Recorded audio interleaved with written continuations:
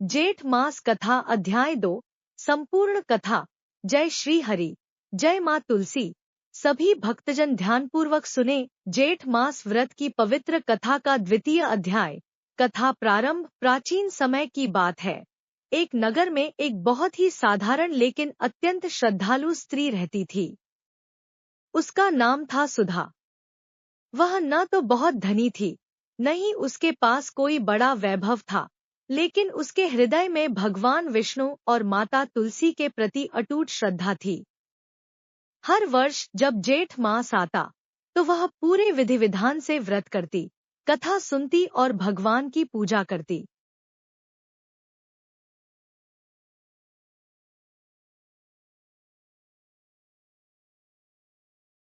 कठिन परीक्षा। एक बार जेठ मास आया, लेकिन इस बार परिस्थिति बहुत कठिन थी।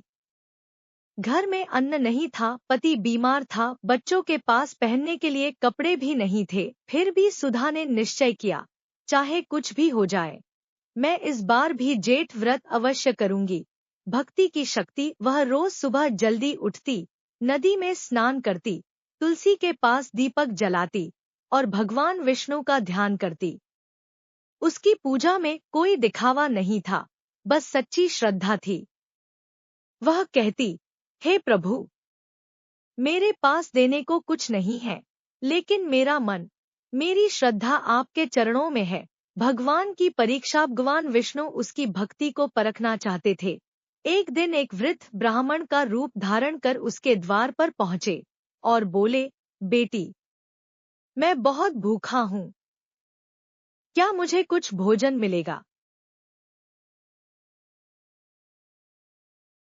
सेवा भाव। सुधा के पास खाने के लिए कुछ भी नहीं था, लेकिन उसने अपने बच्चों का हिस्सा भी उस ब्राह्मण को दे दिया। खुद भूखी रही लेकिन अतिथि को भोजन कराया। ब्राह्मण ने पूछा, तुम खुद क्यों नहीं खा रही? सुधा मुस्कुराकर बोली, आप ही मेरे लिए भगवान हैं। चमत्कार भी। वह ब्राह्मण अपने असली रूप में प्रकट हुए। वह स्वयं भगवान विष्णु थे।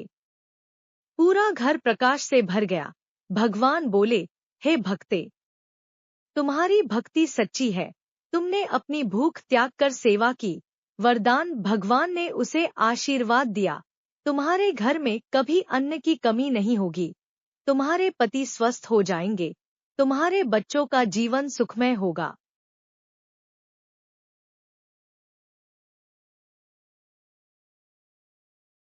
तुलसी माता का आशीर्वाद। उसी समय वहां माता तुलसी भी प्रकट हुईं। उन्होंने कहा, जो भी स्त्री जेठ मास में श्रद्धा से व्रत करेगी, उसे सुख, समृद्धि और शांति अवश्य मिलेगी। कथा का महत्व। इसके बाद सुधा का जीवन पूरी तरह बदल गया। घर में सुख आया, धन आया, बीमारी दूर हो गई, लेकिन सबसे बड़ी बात, उसकी भक्ति और भी गहरी हो गई। शिक्षा। इस कथा से हमें क्या सीख मिलती है? सच्ची भक्ति में दिखावा नहीं होता, भगवान भाव के भूखे हैं। सेवा सबसे बड़ा धर्म है। व्रत श्रद्धा से करना चाहिए, मजबूरी से नहीं। कथा समाप्ति। संवाद बहुत जरूरी है। भगवान विष्णु, जैसे आपने सुधा की रक्षा की, वैसे ही सभी भक्तों की रक्षा करना। जो भी इस कथा को सुनता है, उसकी सभी मनोकामनाएं पूर्ण करें। कथा समाप्ति मंत्र। श्री हरि विष्णु भगवान की जय, माता तुलसी की जय, जेठ मास व्रत की जय। कथा समाप्ति के लिए पूर्ण विष्णु मंत्र। ओम नमो भगवते वासुदेवाय।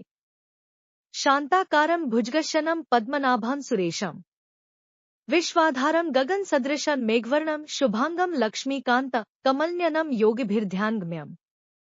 वंदे विष्णु भवभयहरं सर्वलोकैकनाथं। शांति और रक्षा का मंत्र। शांताकारं भुजगशयनं पद्मनाभं सुरेशं, विश्वाधारं गगन सदृशं मेघवर्णं, शुभांगं लक्ष्मीकांत कमलनयनं योगिभिर्ध्यानगम्यं। वंदे विष्णु भवभयहरं सर्वलोकैकनाथं। विष्णु गायत्री मंत्र। ओम नारायणाय विद्महे वासुदेवाय धीमहि, तन्नो विष्णुः प्रचोदयात्। छोटा लेकिन शक्तिशाली मंत्र। ओम विष्णवे नमः। ओम नमो भगवते वासुदेवाय। हे प्रभु श्री हरि विष्णु, आप सभी भक्तों की रक्षा करें, उनकी सभी मनोकामनाएं पूर्ण करें।